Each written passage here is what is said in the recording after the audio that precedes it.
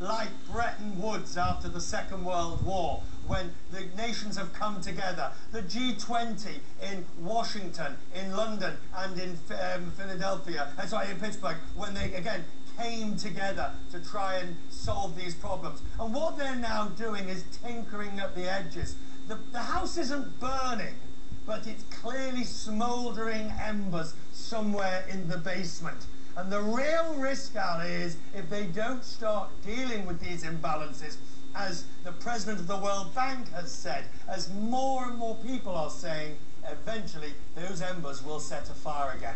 And let's be clear, those imbalances are China saves too much, exports too much, the United States spends too much, and imports too much, and Europe needs to invest more. And that's exactly what happened before the crisis. Many people said those huge, the magnetism of these big imbalances, structural imbalances, are what created the whole problem in the first place that allowed the housing crisis to erupt, and it's all still there. It's still there. Richard, good to see you, my friend. Try and bring a little more energy next time you join us.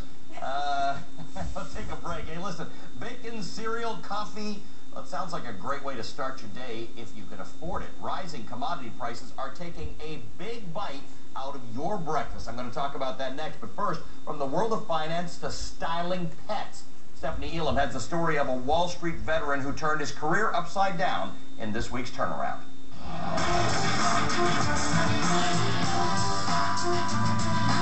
After 2 decades on Wall Street, Eric Diaz traded his suit and tie for tails and paws, and he couldn't be happier. You're a good girl, Tex. I just woke up one morning and said, I don't want anything to do with the financial business anymore. I want to do something different that's totally unrelated to money. Eric took an early retirement package from Merrill Lynch. After equal parts researching and soul-searching, he took the career leap from being a corporate employee to a franchise owner of Aussie Pet Mobile, a mobile grooming company.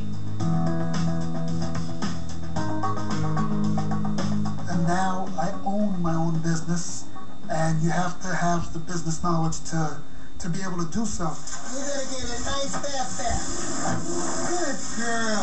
My territory is all of Hudson County, New Jersey, which calls for about 7 vans.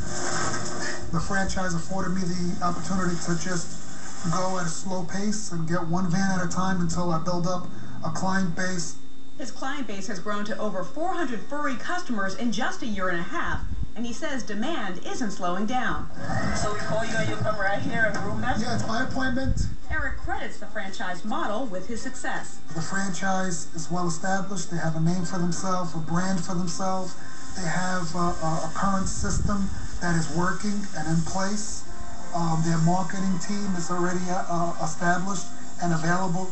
My ultimate hope is that I'm able to have a team of groomers with at least 5 to 7 vans to service my community and my territory.